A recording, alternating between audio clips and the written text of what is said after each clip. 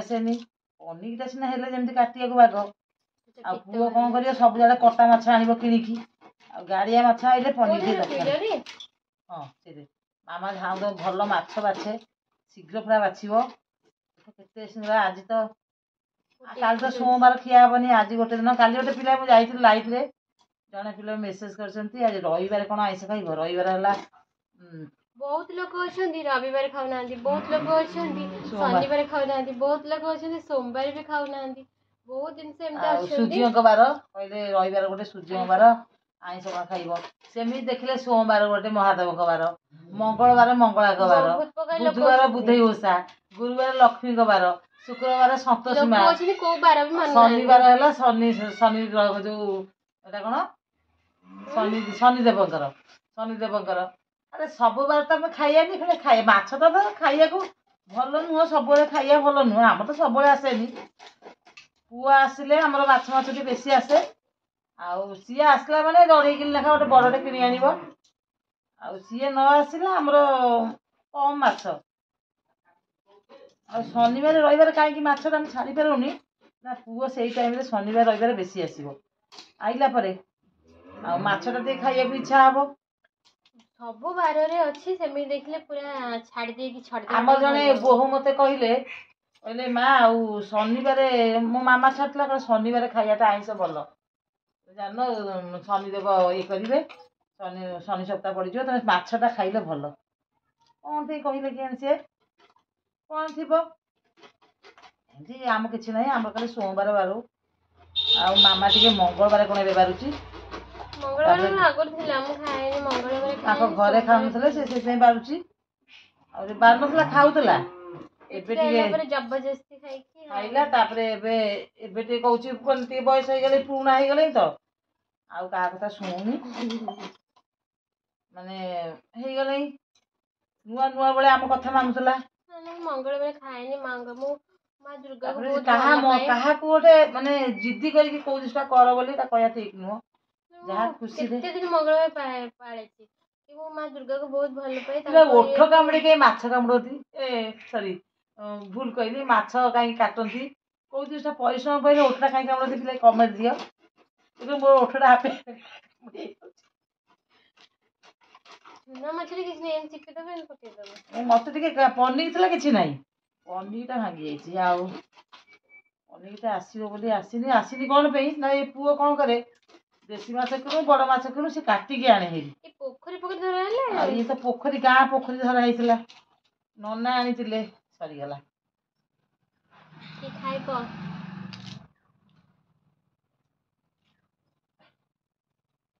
ବୋଉ ଲୋ ଖାଲି ଡେଇଁ ପଡୁଛି ବଞ୍ଚିଛି ବା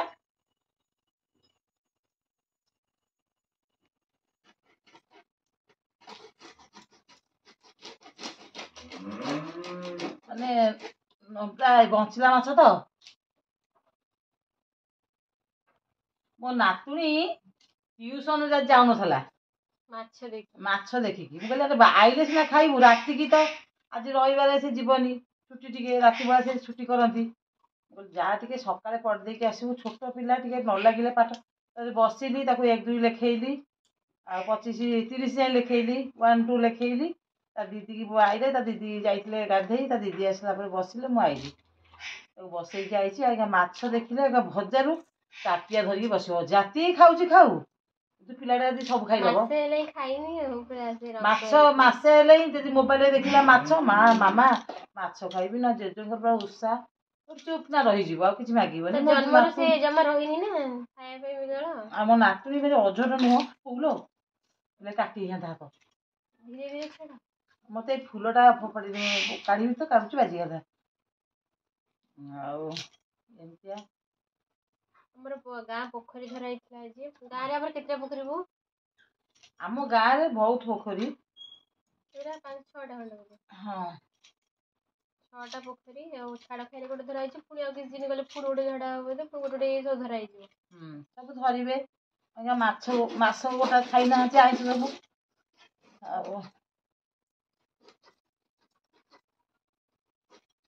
ମାଛରେ କଣ୍ଟା ବୋଲି ପ୍ରାୟ ଲୋକ କଣ୍ଟା ଖାଇବା ଭଲ ପାଆନ୍ତି ଅଣ୍ଡା ଖାଇଦେବେ ଅଣ୍ଡାରେ କିଛି କଣ୍ଟା ନାହିଁ କିଛି ନାହିଁ ମୋ ପୁଅ ଛୋଟଟେ ହେଇଥିଲା ସବୁବେଳେ କହିବ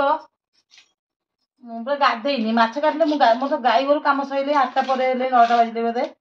ଆଉ ହଁ ମୁଁ ଯେତେବେଳେ ଗାଧେଇନି ଝିଅକୁ ନେଲି ପଢ଼େଇବାକୁ ମୋର କାମ ଆଉ କ'ଣ କରିବି ଛୋଟ ପିଲା ଆଉ ହେ ହେ ହେ ପିଲା ପିତ ଫାଟିଗଲା ବୋଧେ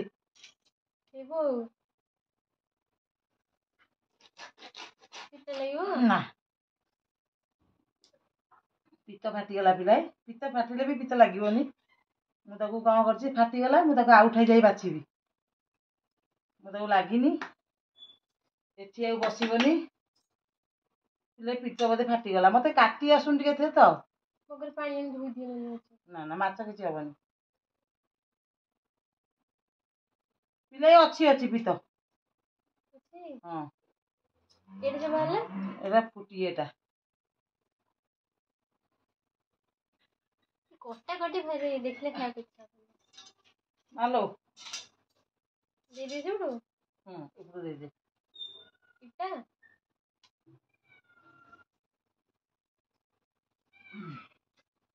ପିତ ଫାଟିଗଲେ ଏମିତି କରିବ ଗୋଟେ ଠାରୁ ଟିକେ ଆଉ ଗୋଟେ ଠାରୁ ଆରେ ଫାଟିଛି କ'ଣ ଭିତରେ ଅଛି ବୋଧେ ଦେଖେ ମା ମୋର ବି ତ ଆଇଁଷ ତ ଆଣୁ ମଗାଣୁ 2 ଜଣ ତ ଆଇଁଷ ତ ମଗଟାକୁ ନେଇ ଆସୁନ ନା ନା ଆଇଁଷ କାଇଁ କରିବି କ'ଣ ହଉଛି ବିଲେଇ ସେଠି ବୋବଉଛି ଗୋଟିଏ ହାତ ଧୋଇଦେବି ଗୋଟିଏ ହାତ ଧୋଇଦେଲେ ଗଲା ଆଉ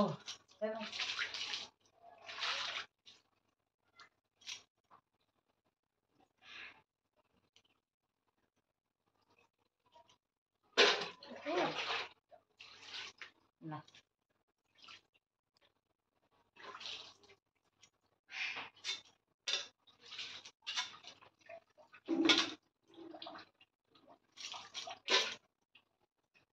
ଫାଟି ଯାଇଛି ନେଳି ନେଳି ବାହାରି ଦେଇଛି କ'ଣ ଡାକୁଛି ଭୟ ହେଇଗଲେ ପୁଅକୁ ଜ୍ୱର ପଳେଇଲା ମତେ ବା ଜ୍ୱର ସହି ଜ୍ୱର ଆଣିଛନ୍ତି ଖୁସିରେ ଖାଇବ ଟେଷ୍ଟଲେସ୍ ହେଇଯିବ କ'ଣ ଲାଗିବ ମାଛଟା ଟିକେ ପନିରଟା ହେଲେ କାଟି ହେଇଯାଏ ଦୂରେଇକି ପନିରଟା ଇଏରେ ଛୁରୀ ଦାଆରେ କାଟି ଆସୁନି ମତେ ତାପରେ ପ୍ରାୟ ବଡ଼ ମାଛ ଆଇଲା ଇଏରେ ନା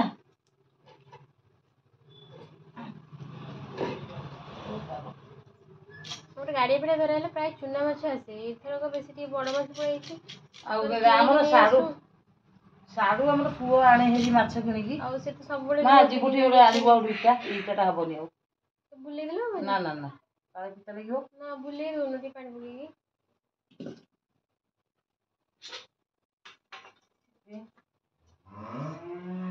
ତ ଝିଅ ବି ଫୁଟି କାଢିବି ଝିଅ ଏଇଟା ଖାଇବ ମାଛ ଖାଇବ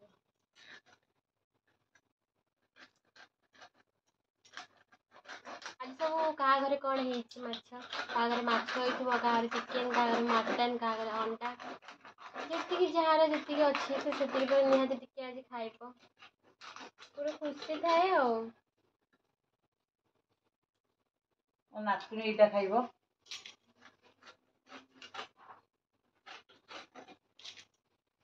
ମା ଜାଗା ଦେଖ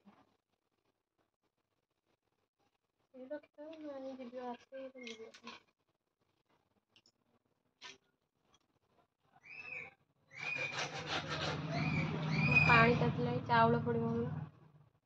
ବୋଉ ପୁଣି ଆଜି କହିଛି ପଖାଳ ମାଛ ଭଜା ଖାଇବେ ସିଏ ଖାଇଲା ମାନେ ଗୁଡୁରୁ ନାଚିକି ଖାଇବେ ଗୁଡୁରୁ ଖାଇଲେ ମୋ ବି ଟିକେ ଖାଇବେ ସମସ୍ତେ ଖାଇବୁ ହେଲେ କେତେବେଳେ ଆଜି ଖାଇବୁ ତ ଠିକ୍ ନାହିଁ 12ଟା ବେଳେ ପଖାଳ ଖାଇବୁ ମୋର ଟିକେ ଭୟ ହେଇଯାଇଛି ଛାତିଟା ଥରୁଛି ନାଇଁ ଲାଗିବନି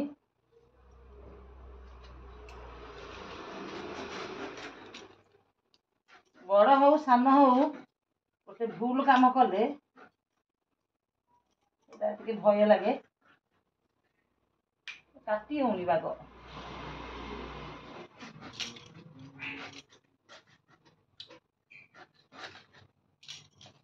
ଏଇଟା କ'ଣ ଯୋଉ ପେଟିଟା ବାହାରିଗଲା ତ ଆକୁ ଆଉ ପେଟି ବାହାର କରିବିନି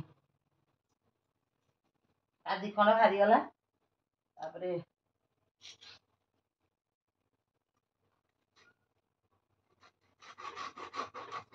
ଆମର ଏମିତି ଗୋଲ ଗୋଲ କଟା ହୁଏ। ଝିଅ ସକାଶେ ପେଟି ବାହାର କଲି।